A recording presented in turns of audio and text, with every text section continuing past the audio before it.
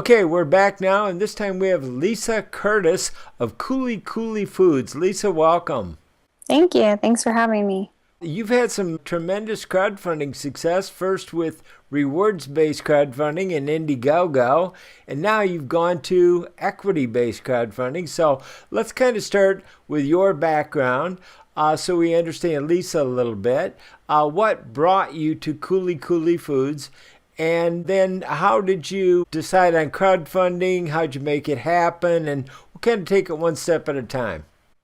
Yeah, so my background, I've done a lot of work in sort of the political and nonprofit spaces, worked in the White House for a little bit at the United Nations Environment Program, and then decided to join the Peace Corps. And that's actually where I came up with the idea for Kuli Kuli, because I was working a lot on improving nutrition in Niger, which is where I did Peace Corps, and came across this incredibly nutritious plant called Moringa, and saw that there was an opportunity to introduce this plant as a new superfood to the U.S. market and do it in a way that helps to improve nutrition in West Africa.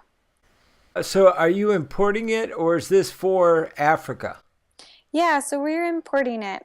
So we work with about 500 women, mostly in Ghana, and work there to improve nutrition, grow more moringa, use it locally, and then import a portion of the harvest for our nutritional bars and for our supplement powders.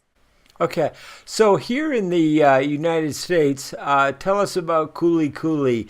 What shape does it take here? You import it, put it into bars, and then what do you do? Do you sell it through e-commerce, or what happens? Yeah, so we're in about 150 stores across Northern California and the Pacific Northwest. We launched last year with a crowdfunding campaign on Indiegogo, raised $53,000, and that gave us enough money to do our first manufacturing run, and we've just been zooming upwards since then. And so we sell our bars, and then we also sell a moringa powder for smoothies. So it's a supplement powder as well. And what does Kuli Kuli do for you? More energy, or? Yeah, so all of our products have moringa in them, and the really amazing thing about moringa is that it's one of the most nutritious plants in the world. So you're getting a ton of calcium, iron, vitamin A, vitamin C, and protein all naturally. So it's kind of like a multivitamin in a leaf, and we often, particularly for vegetarians, vegans, people who don't get a ton of meat-based protein in their diet, this is really great. Or just anybody who wants something, a nutritious snack to get them going, give them more energy, and help them really power through the day. Where are some stores that people can find your bars? So we're carried by Whole Foods in Northern California and Fred Meyer's in the Northwest.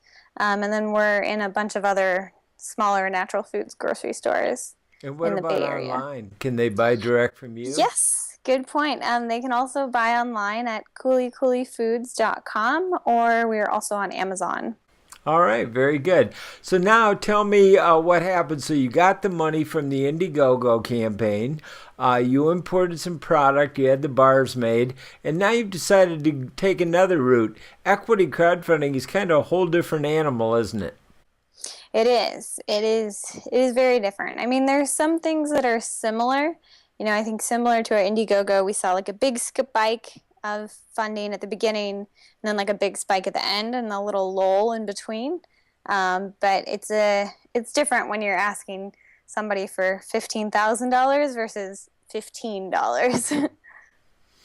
And who's we? Now you say we. How big is your organization or your team? So we're 10 people now. So, not everybody's full-time yet, but there are 4 of us that all started it together. I have incredible co-founders with backgrounds in product development, software engineering, design, and bringing new food products to market specifically. Where are you located? Where's your office? We're located in Oakland, California.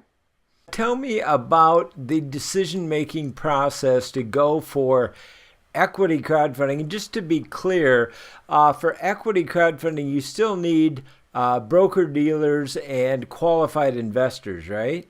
So you don't need broker dealers. You do need accredited investors. So all of the investors have to make over $200,000 a year or more, or have over $1 million in net worth. Did somebody help you to craft the offer and decide what you were offering, or did you do that by yourself?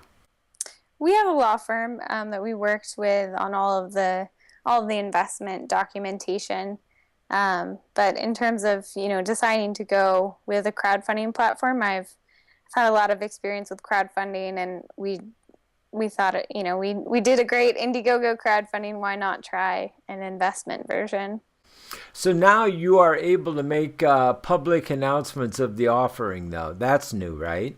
That is totally new. Yeah. And tell me about that. How'd that go? It was interesting. I'm still not sure how big of a difference it made. Certainly, we had some people invest in us who we didn't know before. But I would say, by and large, most of the investors came in through our network. With the crowdfunding portal that you chose, AgFunder, why AgFunder? Do you have to raise the entire amount like you do on Kickstarter? Yeah, so AgFinder is similar to Kickstarter in that it is an all or nothing campaign. We chose them because they're new and they're unproven, but they also wanted a few success stories and wanted to throw everything they have into making their first campaign successful. So they actually reached out to us, and we were excited by what they're creating and what they're building. And the two founders actually have a background of working in agriculture in West Africa. So it was a really good fit for us. Where are they located? AgFunder is located in San Francisco. And did they do a lot of the creative themselves? A lot of other portals, they don't get involved in the creative. How involved were they in this process with you? They were pretty involved. They were very helpful. I provided them some content, and then they helped tweak it and helped us really refine the pitch and everything. So really, really useful. Do they have a background in investment banking or raising capital, or just farming in Africa? Or what's their background? They do investment banking.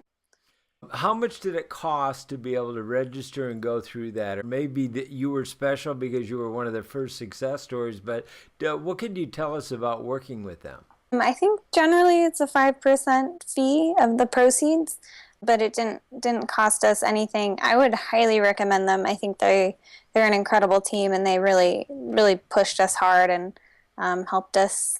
We raised more than our goal. So. Oh, you did. So your goal was 350, and how much did you raise? 370. 370. Okay. Yeah. And is it a team of two, or is there more people, or did they bring in independents, or how'd that work? I believe there are 5 people on their team. Okay. And how much more work or more difficult was equity crowdfunding over rewards-based crowdfunding? I would say a lot more work because you have people who are investing large sums of money. So often they want to sit down with you. They want to get to know you. They really want to know the people behind the company before they'll actually put in money. So it took us a while. When you say large sums of money, you're talking about $15,000 per investor? Yeah, our average was 30,000, but the minimum was 15. Oh, so a lot of people chose to put in more. What was the largest single investment? The largest investment was actually 50,000. 50,000. And now these are your partners. These are your investors. Yep. So now, what is the process of communication with them going to be like? So we are doing quarterly reports, so like a quarterly conference call and update, where we go through, where we are, where we're headed, and then have some time to discuss with them everything that's going on. But yeah, I think we tend to fully utilize that network. I think it's a great group of people to have. And is AgFunder going to help you with that? No, the process after here is, it's pretty much on our own. Okay.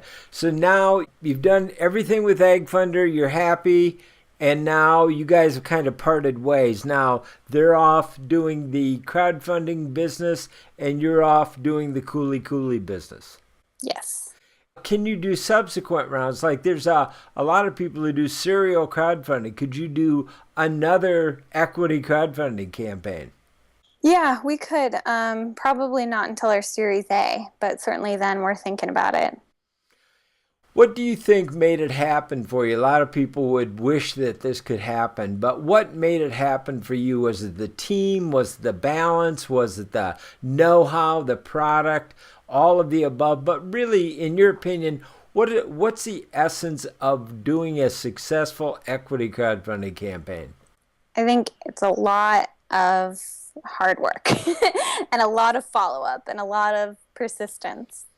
Has been the biggest thing of just going out there, putting yourself out there at pitch events, meeting lots of people, and then following up with them, and then following up with them again, and setting deadlines and getting them to commit. How many hours a day do you work and how many days a week? I don't even really count anymore. Just nonstop, huh? Yeah, I work quite a bit, but it doesn't feel like work if you love it. Give people a sense of what it's like in the meetings. Who prepped you on the meetings? How many times were you turned down? Were there a lot of turn downs? Or how did it kind of work? Or how qualified were the investors? And what advice could you give to people to prepare for that? Yeah, I would say probably every 5 meetings, one out of every 5, you get an investor. And meetings is one stage. Probably the first stage is meeting people at events or networking or whatever, and then sending them documents, and then actually setting up a coffee date.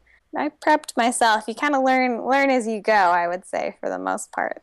You talk about meetings. Did you have to fly around the country? Did they come here? Were they local? How'd that work?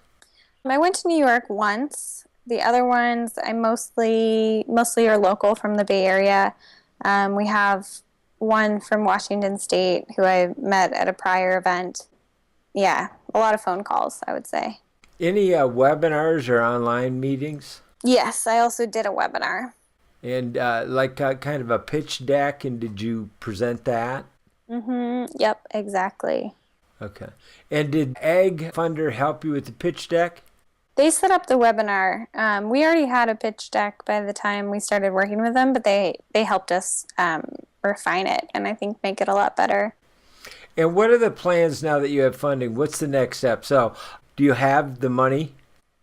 Yeah, so it's all being wired. All the legal docs are being signed and everything this week. So we should get it all by next week. And how long did the process take? How much preparation was there pre-crowdfunding? And then how long was the actual campaign? So the campaign was 2 months, and there was probably a month of prep before that. Okay. So you went from 0 to 370,000 in about 3 months. Yep. Now you're in the starting line. So almost. Next week you'll be in the starting line when the money actually arrives. Then what? A little party or just roll up your sleeves and get down to work, or what's the next step? We're definitely going to celebrate. We gotta celebrate the successes, and then I think, the big things are for us is growing out our team. So we're going to be hiring a lot of regional sales managers in the different regions that we're in. We're also going to be, doing bigger production runs, investing a lot more into lowering our cost of goods. And then lastly, doing some marketing and promotion. So doing, discounts and coupons and all that stuff. The way I look at crowdfunding is essentially it's kind of digital networking, putting your multimedia business card out there saying, this is who we are, this is what we have, this is what we need, and kind of introducing yourself and interacting with people, isn't it? Yep. What is your ideal employee like? Who are you looking for? A veteran food rep who already has a territory, somebody new, or what are your thoughts now? We're leaning towards young people with a lot of energy because we have such a new product. I mean, nobody's really heard of this superfood before, so we want young, enthusiastic people who can really be the face of our company and help represent it. So they don't need much experience. We can train them as we go. We're excited to find some good folks like that. Have you read a book called Mission in a Bottle by the founders of Honest Tea? Yeah, I actually know Seth. Oh, you do? Mm-hmm. Yeah, he's been advising us a bit. It's a great book. Yeah, absolutely. I love the fact that it's a graphic business book and makes it fun and really easy to understand. And I think it'll help you to avoid a lot of mistakes, so that's cool.